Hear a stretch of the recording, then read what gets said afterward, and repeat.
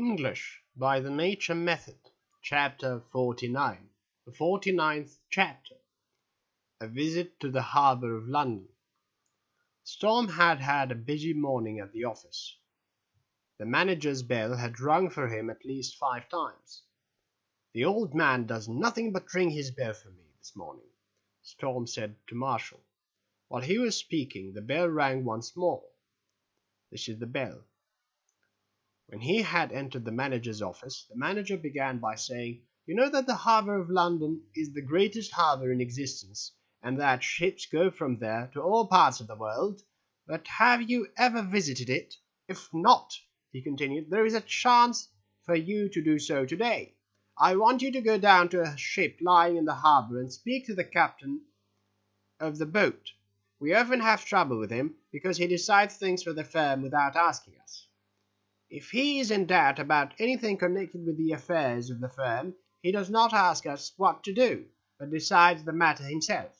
It matters nothing to him that we have never given him any authority to do so, but of course we cannot take the responsibility for what he does without being told by us. If the responsibility is to be ours, that is, if we are to pay for the goods and anything that is done with them, he must ask us what to do and not decide things on his own. It's very unpleasant to have anything to do with people like this captain, who do things without any authority from those for whom they work. This man speaks English very poorly, but I hope that you will be able to make out what he says.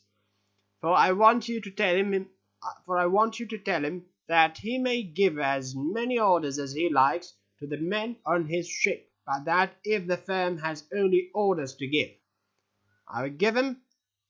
We also want some goods that are lying in the harbour, and on which duty must be paid first. We need the goods badly, because we have sold all that we had, so that we have no more in stock. If an article sells well, it's always best to have a good supply in stock. I will write out a cheque for the amount of money that will have to be paid in duty, and you can take it with you. The amount of the duty is £10, 9 and 6, and I will write out the cheque at once. You remember, of course, to get a receipt. This is a receipt for the amount, so that our bookkeeping department can see that the money has been paid."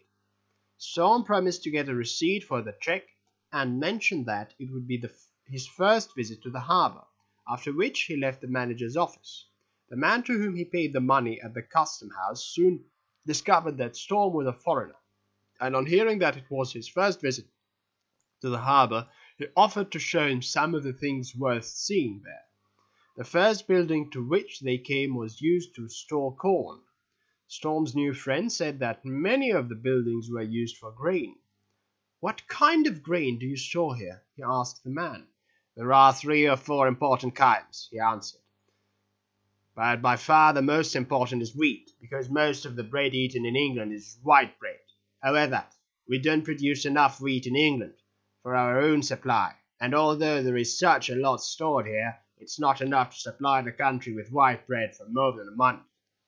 Other countries have supplied us with the greater part of our wheat for the last 100 years. At one time, England was a country with many farms and farmers, and as in those days there was more than enough wheat, we used to export wheat to other countries. Then the rise of industries, using a lot of machinery, suddenly changed the whole picture, and one factory was built after another, so that in our days England is most interested in her industries.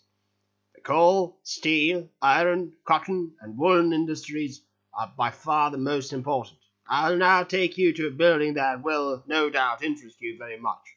In it we store the many different articles that come from the East."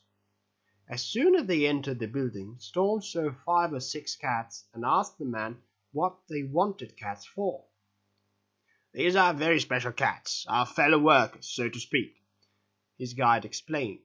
"The buildings here are all full of rats, and it's the duty of the cats to catch and eat the rats."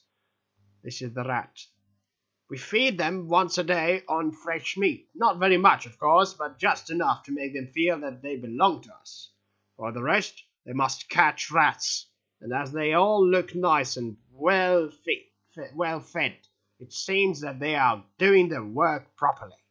Some of the rats are very big and will sometimes even bite a man's leg. I was bitten by a rat once myself. A very unpleasant experience, I can tell you. Storm saw a man standing in front of a large box with a hammer in his hand. This is the hammer.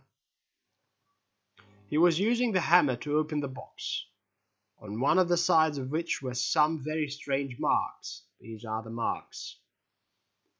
Storm could not understand the meaning of the marks, but was told that the box had come from the East, and that the marks must be in some strange Eastern language. This man had worked there for 25 years and knew almost all that could be known about articles from the East. He was an expert at his work.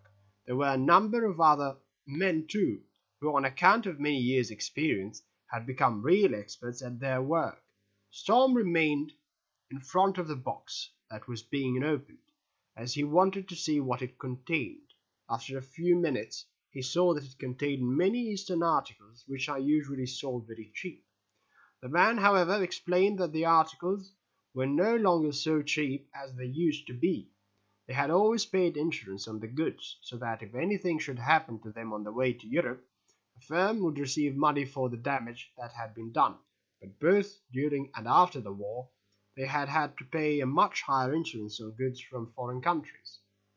Storm noticed that the building had many large doors, through which he could see some lorries and also a horse and a cart. This is a lorry, this is a cart. Porters were busy taking goods to the doors, where the lorries and carts were being loaded. Storm watched the porters at work for some minutes and then spoke to one of them, saying that it must be hard work. "Yes, indeed it is, sir," the porter replied. "And if I had £1 in money for every pound I have loaded and weighed, I should be a very rich man." Storm's new friend now offered to show him down to the ship that he wanted to visit. On their way, they saw a boat full of coal leaving the harbour. "Storm, the ship is just as dirty and black as the coal itself." "Yes, black is the right colour for a ship carrying coal." Storm, "Look, there are two small boats just in front of her, pulling her along. They're called tugs, aren't they? Do you know where she's bound for?" "She's bound for Scandinavia, for one of the countries with little or no coal. The two small boats are called tugs, all right. They are pulling her out into the middle of the river."